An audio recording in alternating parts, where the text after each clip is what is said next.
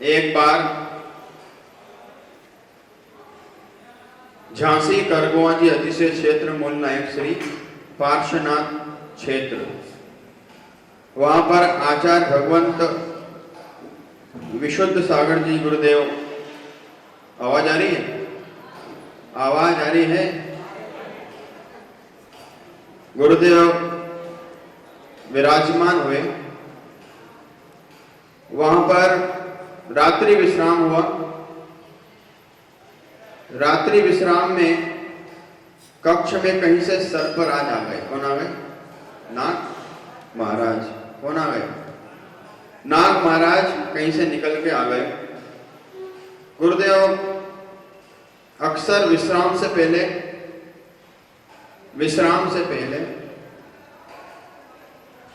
कोई जाप देकर ही विश्राम करते, क्योंकि विश्राम से पहले जाप देने का महत्व तो यह होता है कि दिन भर में जो आपने पाप कमाया है, जो आत्मा पे कर्मों का अतिक्रमण हुआ है, उसका प्रतिक्रमण भी होता है, दोष का आच्छादन भी हो जाता है, दोष का निवारण भी हो जाता है। क्योंकि मंत्रों में इतनी शक्ति होती है कि आपने कभी कोई दोष किए हो तो गुरु प्रायश्चित के रूप में आपको मंत्र की माला देते हैं।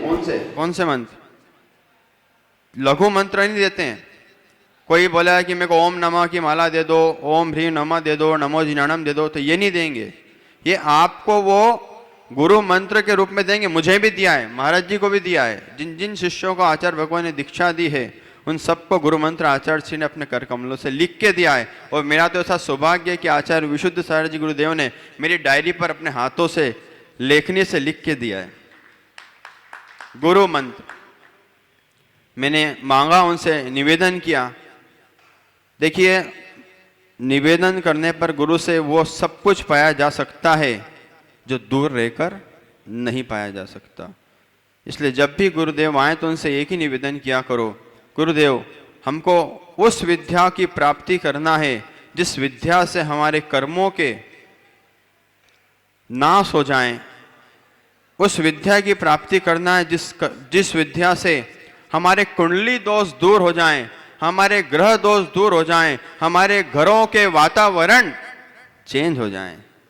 आप देखिए, जब घर में चौका लगता है, हमेशा मंत्र आराधना करने वाले, नमोकार मंत्र की आराधना करने वाले, शुद्ध चर्या का पालन करने वाले, चारित्र का पालन करने वाले, संयम का पालन करने वाले, दिगंबर धरती के देवता का जब आगमन होता है घर में, तो घर का वातावरण चेंज हो जाता है।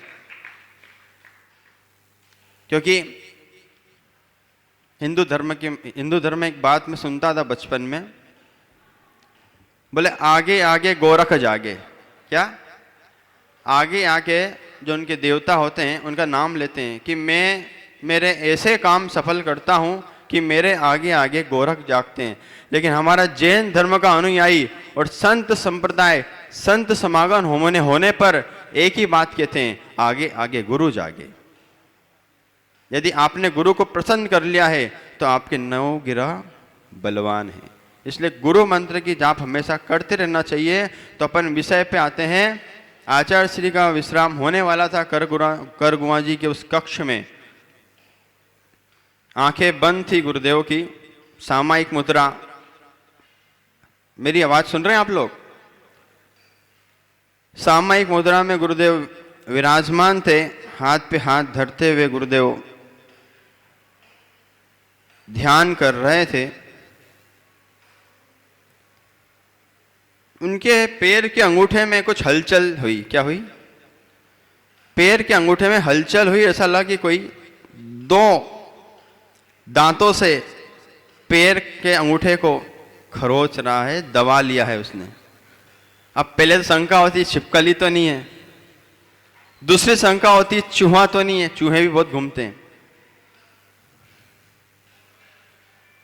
या फिर तीसरी शंका होती है कोई दैविक अवसर तो नहीं आ पड़ा, कोई देवी या व्यंतर का उपद्रव या उपसर्ग तो आज नहीं होने वाला है। लेकिन ये सब से निवृत्त होकर, विचारों से शून्य होकर गुरुदेव ने आंखें खोली। हाथ में गुरुदेव के मंत्र जाप थी, माला। गुरुदेव ने जैसे ही अंगूठे की ओर देखा कम से कम इतना बड़ा मेरे हाथ के बराबर तो सर्प होगा। वो सर्प ने गुरुदेव के पैर के अंगूठे को बड़े ही जोर से जकड़ रखा था। क्या कर रखा था? जकड़ रखा था अपने मुख से।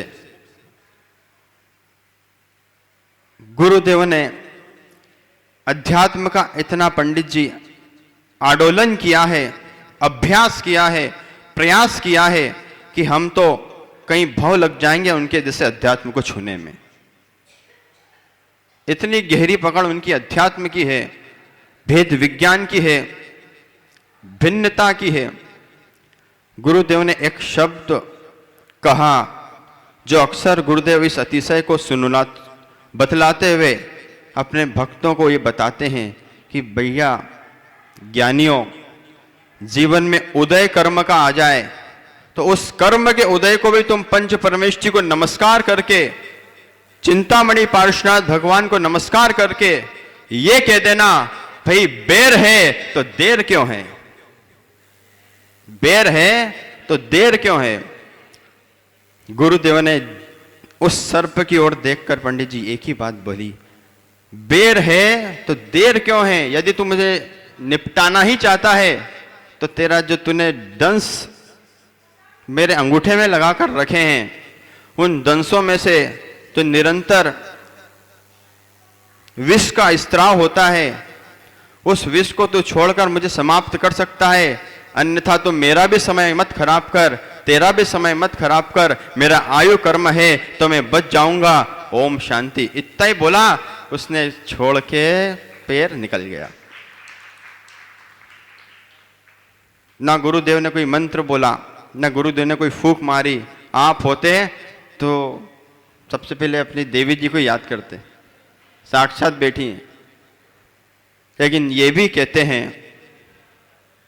इनके साक्षात्कार में भी पंडित जी 24 तीर्थंकरों के चक्रेश्वरी, ज्वाला मालिनी, कुष्मांडिनी, पद्मावती जी आदि यक्षी यक्षिणी जो गोमुख यक्ष आदि है, मनोवेगा, पुष्पा यक्ष, ये भी स्पष्ट अक्षरों में, शब्दों में आपको कहते हैं, स्वर्णिम अक्षरों में, कि कभी भी कुदेवी देवताओं की आराधना करने मत चले जाना। तुम पारेशनाथ भगवान की नहीं, 24 तीर्थंकर भगवान की निरंतर आराधना करना, हम तुम्हारे साथ खड़े हैं। हम क्या करते हैं? थोड़ा सा कष्ट आया, कहां पहुंच जाते हैं? वहां पहुंच जाते हैं। ये कहते हैं तुम भगवान की आराधना करो, हम तुम्हारे साथ हैं। तो आज कल्याण मंदिर स्तोत्र की रचना आचार्य कुमुद नंदी महाराज साहब ने की। उसका अपन ने स्तोत्र पढ़ा, गुरु मुखारविंद से मंत्रों की पूर्ण आहुतियां यहाँ संपन्न हुई है। आपको एक काम कर लेना है, जितने भी लोग विधान में बैठे हैं, वैसे पंडित जी ने बताया 3:30 बजे यहां पर आ जाना। कितने बजे? क्योंकि विधान की पूर्णता जब ही मानी जाएगी जब आप यहां हवन कुंडी में काल सर्प दोष निवारक श्री दिव्य चिंतामणि पारेशनाथ भगवान का दिव्य आवाहन करते हुए, प्रशस्त शक्तियों के साथ उनका आह्वान करते हुए, जब 108 लोगों को मंत्रों के साथ अभिमंत्रित करके गुरु मुखारविंद से चढ़ा देंगे ना, तो मैं बोलता हूं जिंदगी में कभी भी काल सर्पदोष आपको सताने नहीं आएगा। यह मानसिकता आज बिठाना पड़ेगी। ये नहीं कि विधान करके चले जाओ। ये 11 दिवसीय विधान, ये जिनेन्द्र महाअर्चना, ये करने मात्र के लिए पंडित जी नहीं करवाते अपन इन लोगों को। ये इसलिए करवाते हैं कि जो इनकी कुंडलियां सोई बैठी है, सम्यक दर्शन को जागृत नहीं होने दे रही, सम्यक चारित्र को धारण नहीं करने दे रही, सम्यक ज्ञान को धारण नहीं करने दे रही, उसकी ऐसी कुंडली जागृत हो कि जहां जहां वो चले उसकी चर्या और संयम साथ साथ चले। इससे संयम भी पालने का अवसर प्राप्त होता है। आपको दोपहर में कई बातों से अवगत कराया जाएगा, जिन बातों को आपको कभी आपने सुनी नहीं है, उन बातों को आपको बताया जाएगा कि अच्छा ऐसा भी होता है। मैं घर में बैठता हूं,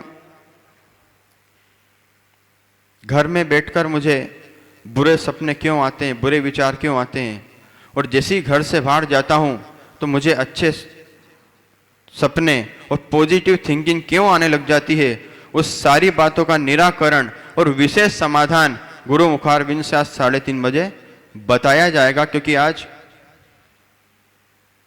काल सर्प दोष निवारक विशेष अनुष्ठान या संपन्न हुआ है। और अनुष्ठान की पंडित जी आहुति कब मानी जाती है, जब जितने ज्ञानी लोगों ने यहाँ पर अर्घ समर्पित किया है, बाद में 108 महामंत्रों से लौंग के साथ।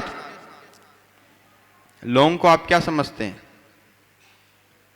लौंग को क्या समझते हैं? जब देवी जी मंदिर से यहां चलकर आई कि नहीं, तब इनके सामने 9 लौंग रखी। कितनी? जोर से बोलो, और जोर से, और जोर से बोलो। जब 9 लौंग रखी तो इनके ऊपर एक फूल चढ़ाया था किसी भक्त ने। क्या चढ़ाया था? काय का? गेंदे का भी है। एक फूल चढ़ाया था, वो एक गेंदे का फूल। जब पारसनाथ भगवान बैठे सर पे, वहां से जैसी लौंग चढ़ी और मंत्र बोला, वो फूल उस लौंग पे आकर गिर गया। ये संकेत था कि आप जो अनुष्ठान कर रहे हैं और जो अनुष्ठान में बैठने आएंगे, उनके सारे कार्यों की सिद्धि अवश्य होगी। बस यही है कि आपको अपना अमूल्य समय 3:30 बजे यहाँ पर देकर 108 लोगों के साथ यहाँ और शुद्ध वस्त्रों का ध्यान रखें और अपनी माला लेकर आएंगे साथ में। तो आज माला शुद्धि का भी कार्यक्रम करवा दिया जाएगा। इन्हीं मंगल भावनाओं के साथ कि सबका कल्याण हो, सबका मंगल हो। जिनेंद्र पार्श्वनाथ भगवान की जय हो। विषयों की आशा नहीं जिनके, साम्य भाव धन रखते हैं ऐसे ज्ञानी, साधु जगत के दुख समूह को हरते हैं। यदि गुरुदेव ने आपको